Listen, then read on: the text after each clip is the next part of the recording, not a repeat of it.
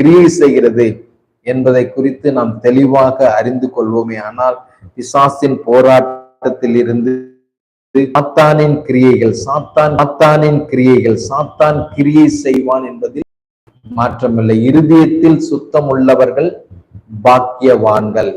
இருதயத்தின் நிறைவினால் வாய் பேசும் என்று கர்த்தர் சொல்லியிருக்கிறார். அது மட்டுமல்லாத நீங்க சாப்பிடுற பொருள் எல்லாம் அசுத்தம் அல்ல, நீங்க வாயிலிருந்து வருகிற வார்த்தைகள் தான் அசுத்தம் என்று கர்த்தர் சொல்கிறார். உங்க இருதயம் எப்படி இருக்கிறதோ அப்படி உங்களுடைய வாழ்க்கை இருக்கும்.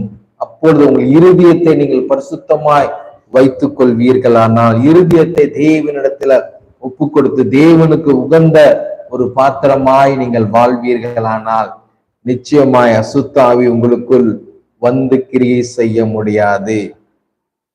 ஒரு ஆமீன் சொல்லாமா? ரபஷந்தூர் யங்கதரா.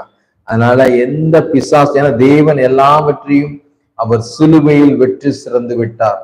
வேதம் சொல்லுகிறது, உங்களுக்கு இஸ்ரவேலுக்கு விரோதமான மந்திரவாதமும் இல்லை, குறி சொல்லுதலும் இல்லை என்று கர்த்தர் வாக்கு பண்ணுகிறார். ஆனால் நம் பாளையத்தை, நம் ஆலயத்தை, நம் சரீரத்தை நாம் பரிசுத்தமாய் வைத்துக் கொள்ள வேண்டும்.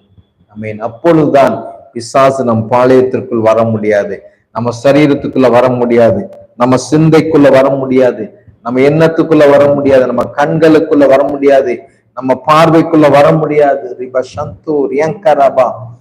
ஸ்தோத்திரம். இருதயத்துல சுத்தமா இருக்க கற்றுக்கொள்ள வேண்டும். இருதயத்தின் நினைவுகள் உங்களுக்கு சுத்தமாய் இருக்க வேண்டும். அப்பொழுது பிசாசு எந்த விதத்திலும் உங்களை அவன் தொடவே முடியாது.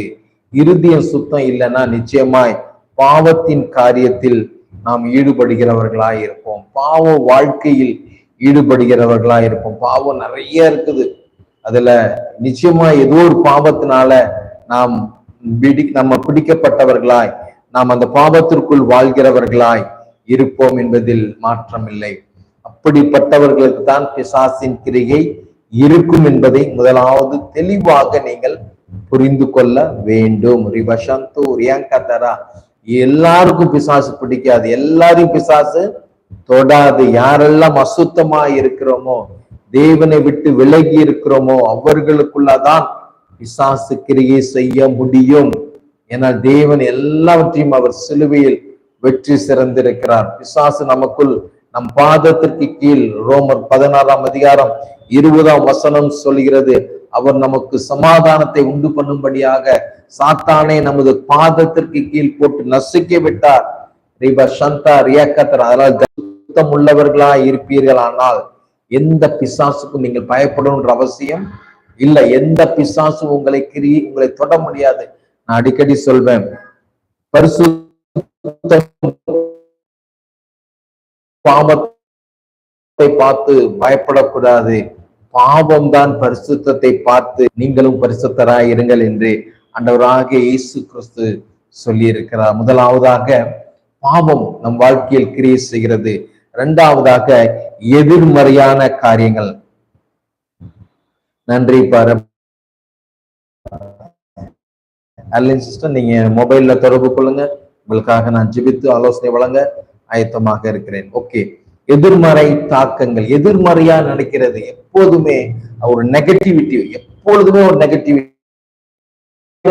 நெகட்டிவா திங்க் பண்றது, அப்படிப்பட்டவர்களுக்குள் சாத்தான் கிரியை செய்வான். ஏன்னா அது டபுள் மைண்டட். அங்கே சவுலை பார்க்கிறோம், அவன் ஆண்டவருக்கு கீழ்ப்படியாமல் அவன் சுயத்தின்படி வாழ்ந்ததினால் கர்த்தர் சொல்கிற ரெண்டகம் பண்ணுகிறது, பில்லி சூனிய பாவத்திற்கு அவ இணைய, விச் கிராஃப்டுக்கு இணையா இருக்கிறது என்று வேதம் சொல்லுகிறது. நீங்கள் எதிர்மறையான எண்ணங்களுக்கு இடம் கொடுப்பீர்களானால், எதிர்மறையான சிந்தனைகள், எதிலுமே ஒரு திருப்தி இல்லாத சூழ்நிலைகள், எல்லாவற்றிலும் ஒரு சலிப்பு, முறுமுறுப்பு உங்களுக்குள் இருக்குமானால் விசுவாசம் உங்களுக்குள் கிரியை செய்ய முடியாது.